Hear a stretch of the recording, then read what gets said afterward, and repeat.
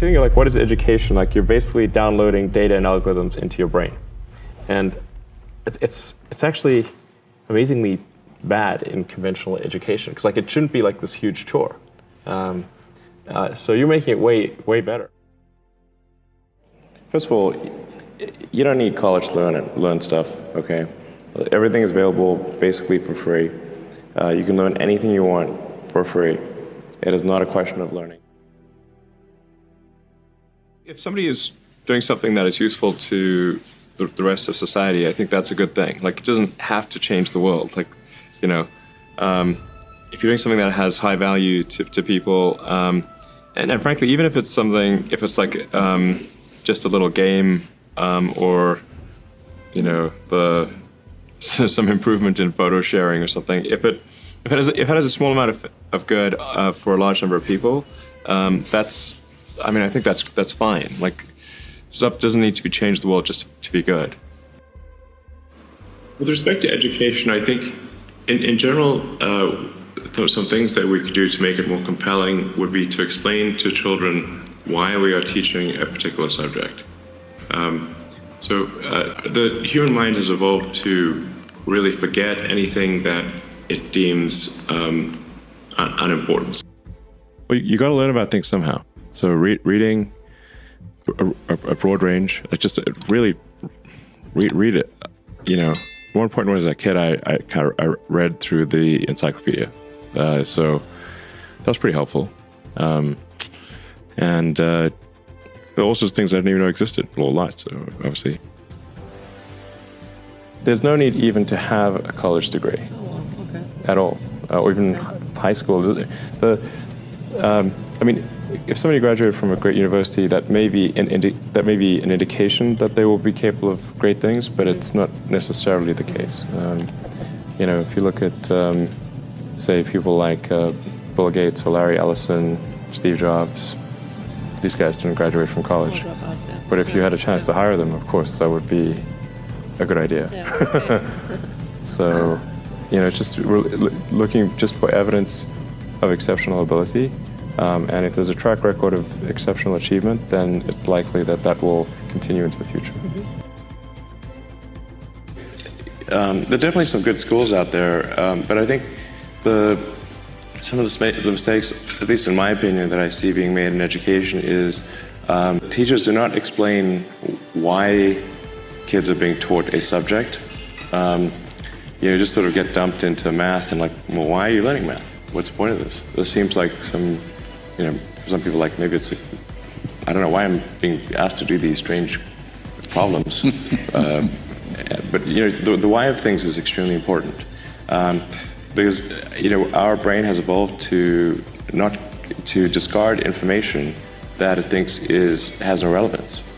So then, if on the one hand you're being asked to memorize or learn, say, formulas, but you do not know why this is the case, then you have this cognitive dissonance of, it seems irrelevant, but I'm being told to remember it, so I'll be punished.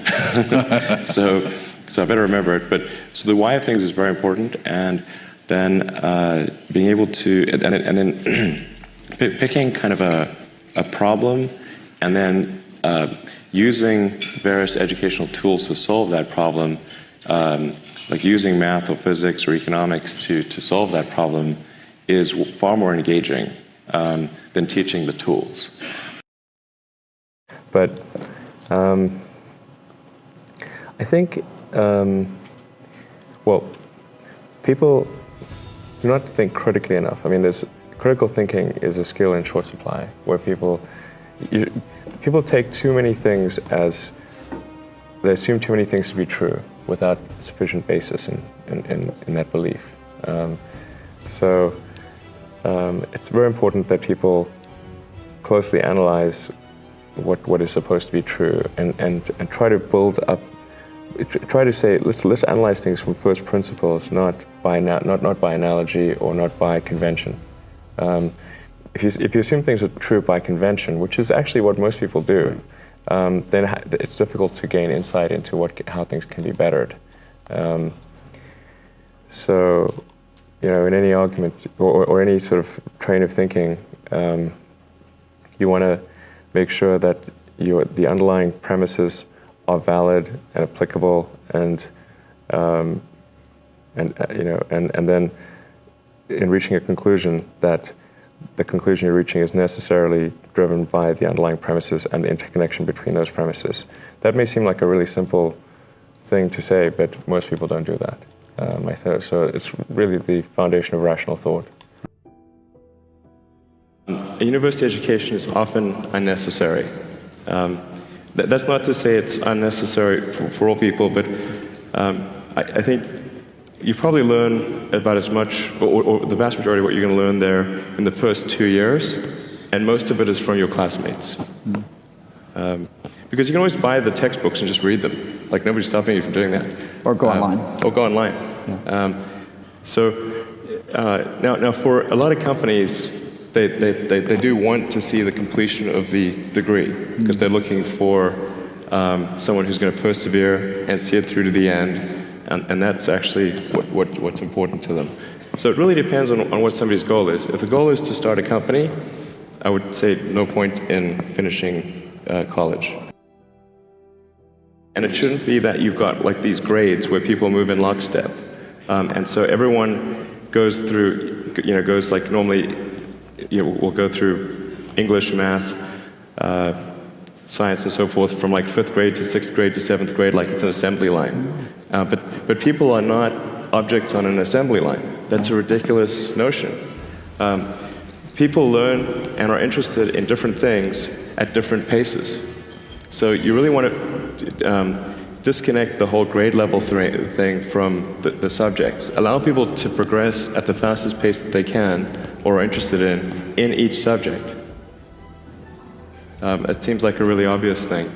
I think like most teaching today is a lot like vaudeville, where and as a result, it's just not that compelling. It's like somebody standing up there and lecturing to you, and they've done the same lecture several years in a row. They're not necessarily all that engaged or in doing it. I mean, I think a lot of the things that I would say you've probably heard 100 times, and in fact are, if not doing. Like, the more you can gamify the process of learning, the better.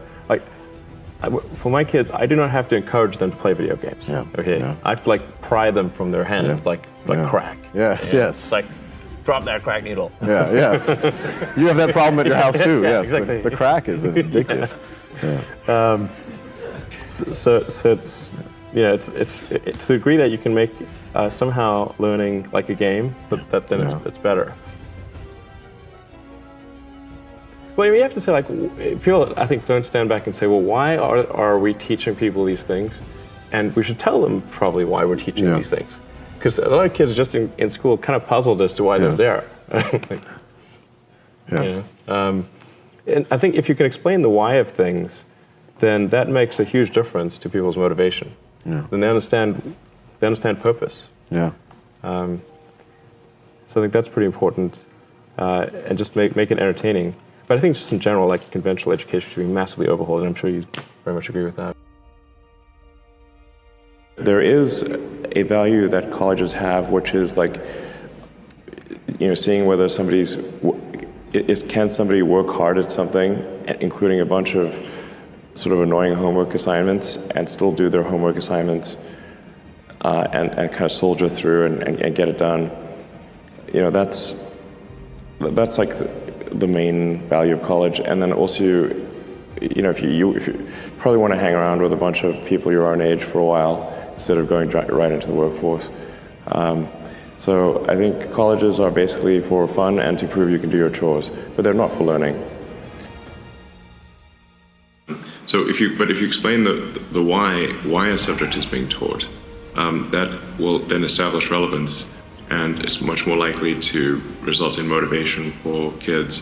And then also, if you teach knowledge, especially in the sciences, as solutions to a problem, it's much more effective. So, like, let's say you're trying to understand an internal combustion engine. Well, it's actually better to sort of take that apart and then say, okay, well, what tools do we need to use to take it apart? We need a wrench and screwdriver and various other things to take it apart. Well, then you understand that the reason for the tools. I'd encourage people to read a lot of books. Just read, like, I mean, basically try to ingest as much information as you can, and try to also just develop a good general knowledge.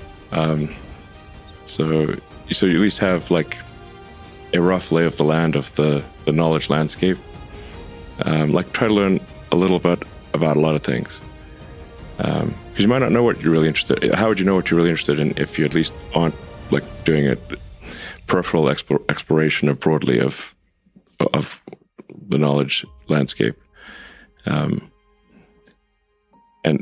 you talk to people from different walks of life and different industries and professions and skills and occupations. Like, just try, learn as much as possible.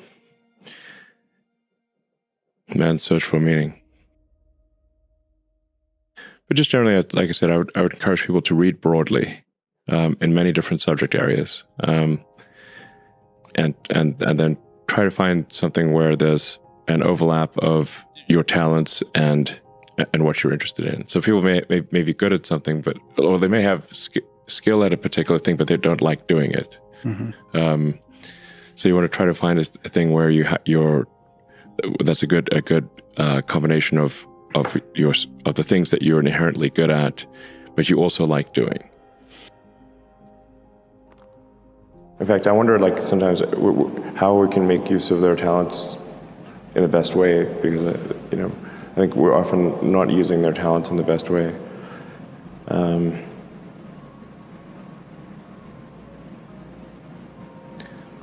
Yeah, but to the point of the question that was just asked, I want to make sure Tesla recruiting does not have anything that says requires university, because that's absurd.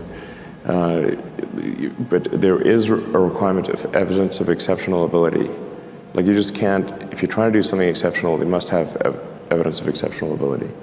I don't consider going to college evidence of exceptional ability. In fact, ideally, you dropped out and did something. I mean, obviously, we look at, like, Gates is a pretty smart guy, he dropped out. Jobs is pretty smart, he dropped out. Larry Ellison, smart guy, he dropped out. I'm like, obviously not needed.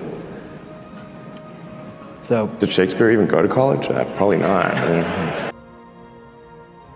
Maybe read through the condensed version of the Encyclopedia Britannica. I'd recommend that. You can always skip subjects where you read a few paragraphs and you know you're not interested, just jump to the next one. So read the encyclopedia or skim through it.